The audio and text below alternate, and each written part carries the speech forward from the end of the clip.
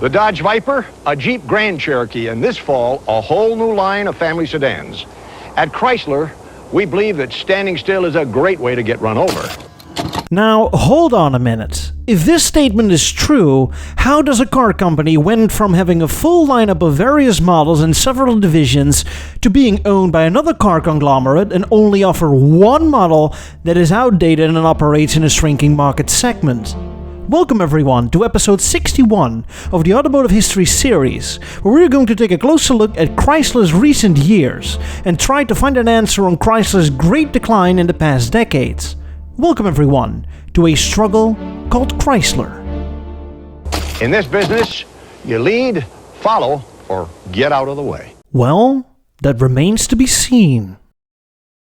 Welcome to part 2 of this 2-part episode. If you're new here, I highly recommend you to watch part 1 first. That's where I talk about the many ups and downs of Chrysler from the late 70s until the new millennium, like the Chrysler K cars, Lee Iaccoca's leadership, the butter-smooth cloud cars, and Bob Eaton's decision to team up with the Germans in a wonderful marriage called Daimler-Chrysler. Let's see what happens next. Things were off to a great start. It was the new millennium, the retro craze just started to kick in, and Chrysler surprised the world with the downright crazy Plymouth Prowler, a factory-built roadster remembering the good old times of the 1950s, where everyone had a hot rod on the driveway and smoked 10 packs a day. If the Prowler was too much for you, you could always opt for the more pedestrian PT Cruiser. But problems started to emerge. The bubbly cloud cars had run their course, and Chrysler's image as a builder of luxury cars had downgraded over the years because of the ever cheaper interiors. Not to mention, all of the cars looked pretty much the same. The Chrysler Cirrus was a Dodge Stratus, was a Plymouth Breeze. This much appreciated compact sedan was sold as a Plymouth Neon, Dodge Neon, and in overseas market, Chrysler Neon. And then there was the Eagle brand. Chrysler scrapped Eagle in 1998 after years of trying to create his own identity, but many people failed to understand his position in the market, if they hadn't forgotten about it already. And then there was Plymouth, a brand with quite a history, but also no identity, as it was completely replaceable by its Dodge and Chrysler brethren.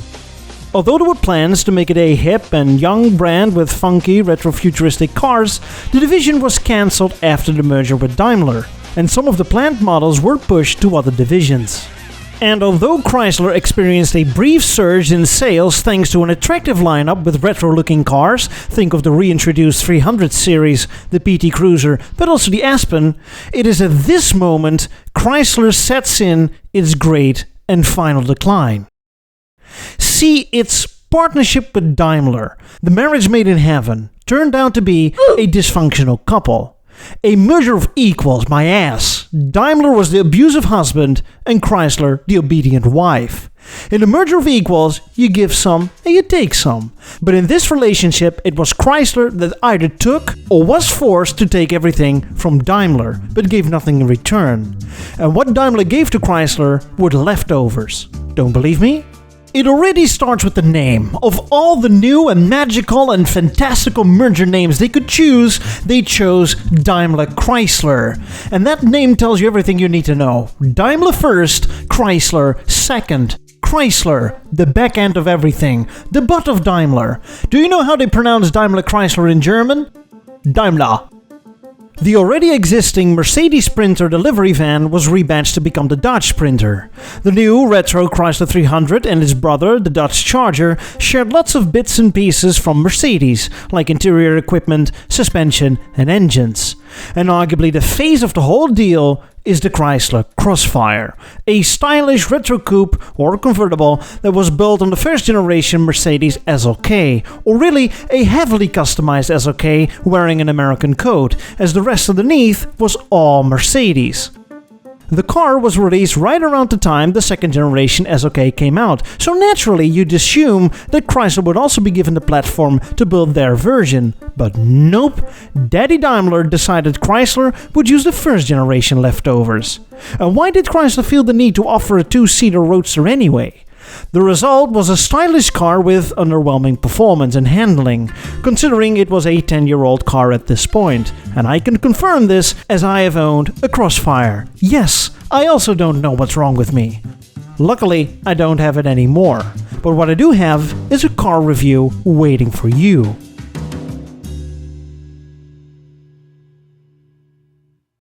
It's roughly the mid-2000s, and after treating Chrysler as an unequal partner, Daimler finally experiences the consequences. Chrysler lost millions each year, and also Mercedes quality, what used to be a strong selling point, started to slip as well. As it turns out, Germans and Americans have different ways of doing business.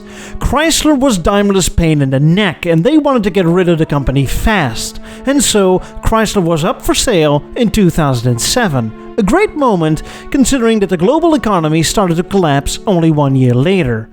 Daimler begged those that were interested in taking over the company. And in 2007, Daimler handed the Chrysler key fob over to the Cerberus Capital Investment. And wouldn't you know it, the next year, the mortgage crisis and the following Great Recession broke out. This economic crisis was the extra kosher salt rubbed into the massive gaping wound that was Chrysler. Chrysler had seen the taxman many times on his doorstep only to walk away at the very last minute. But this time, in 2009, it had to let the man come in and declare Chrysler bankrupt. Bankrupt. So, Chrysler is gone? Finally? No, not really. Chrysler, like many other American car makers, was given a government loan on the condition to once again turn things around. To give one of America's most storied automakers, Chrysler, a new lease on life. And so Chrysler went to work to do this, but was eventually bought out by the Italian car maker Fiat. Things were quiet for a few years, but by 2014, Chrysler and Fiat merged to become FCA, or Fiat Chrysler Automobiles. This is essentially Lee Iaccoca's wildest and wettest dreams coming true, an Italian-American car company, Chrysler TC by Maserati Part 2. Bring it on! And so, FCA did have some ambitious plans for the future. A 5-year plan, which includes: Jeep keeps on doing its Jeep thing, SUVs were now all the rage all over the world, still a nice moneymaker. Chrysler would be your friendly neighborhood car brand, just your everyday sedans and minivans that compete with the other mainstream mid-price brands. Dodge would be rebranded as a performance division, and also the Ram pickup trucks, whether sold separately or not, remained largely untouched. Now, I don't know whether being owned by Fiat can be considered a blessing or a curse. See, the thing with Fiat is that they offer some very solid models that are a sales success, that bring in the real scuttle. Think of the retro Fiat 500, but also neglect the rest. Think of Alfa Romeo, Lancia and Maserati. Plus, they have the tendency to give their models a very long lifespan, without any mid-cycle refresh or new model generations. And, well, we all know what happened. The 5-year plan proved to be a success to some of FCA's brands. Alfa Romeo came back with various models, and Dodge deeply rooted itself as the crazy car brand, offering ludicrous muscle cars as part of the third muscle car war in the USA. But in the meantime, FCA also made some rather interesting moves regarding its Italian-American relationship. The Dodge Journey would be rebadged to become the Fiat Fremont, and Chrysler would be partnered with Lancia. The 300 was rebadged to become the Lancia Thema, the Chrysler 200 would become the Lancia Fulvia, and the Chrysler minivan was a Lancia Voyager. And get this, in the UK and Ireland, FCA rebadged some Lancias to become Chryslers. I guess because Lancia wasn't active there and Chrysler was a bit more of a household name. This gave birth to some wonderful models like the Chrysler Delta and the Chrysler Ypsilon. But back in the home country, if you listen closely, you can hear the crickets. Chrysler's lineup was reduced to 3 models after the bankruptcy: the smaller size 200 sedan, the main series 300 sedan, and a minivan. All these models operate in a shrinking market segment, as pickups and SUVs are all the rage in the USA.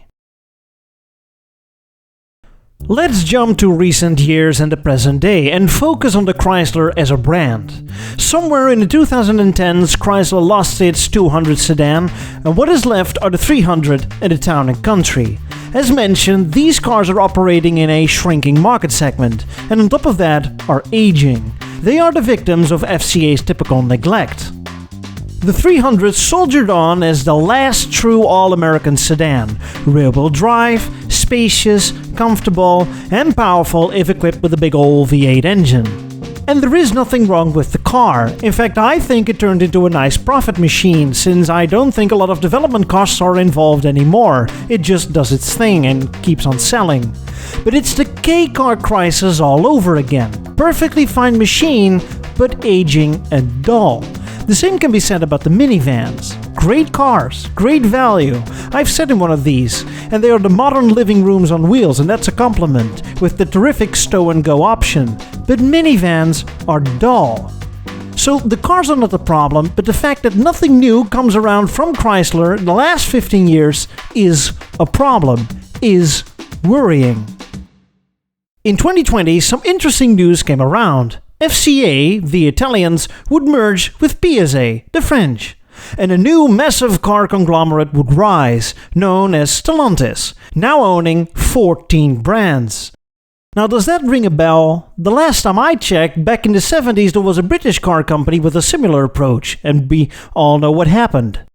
But I like to give Stellantis the benefit of the doubt. Lately, they are really working to revive quite a few brands neglected under previous ownership. Think of FCA's Lancia and Maserati, and GM's Opel. But over at Chrysler, well, you guessed it, it's awfully quiet. In fact, in 2022, Stellantis decided to discontinue the 300 sedan series, and last year, the last 300 rolled off the assembly line. And so what is left of Chrysler is just one car. One car. Go to the website of Chrysler and let those tears roll down your cheeks.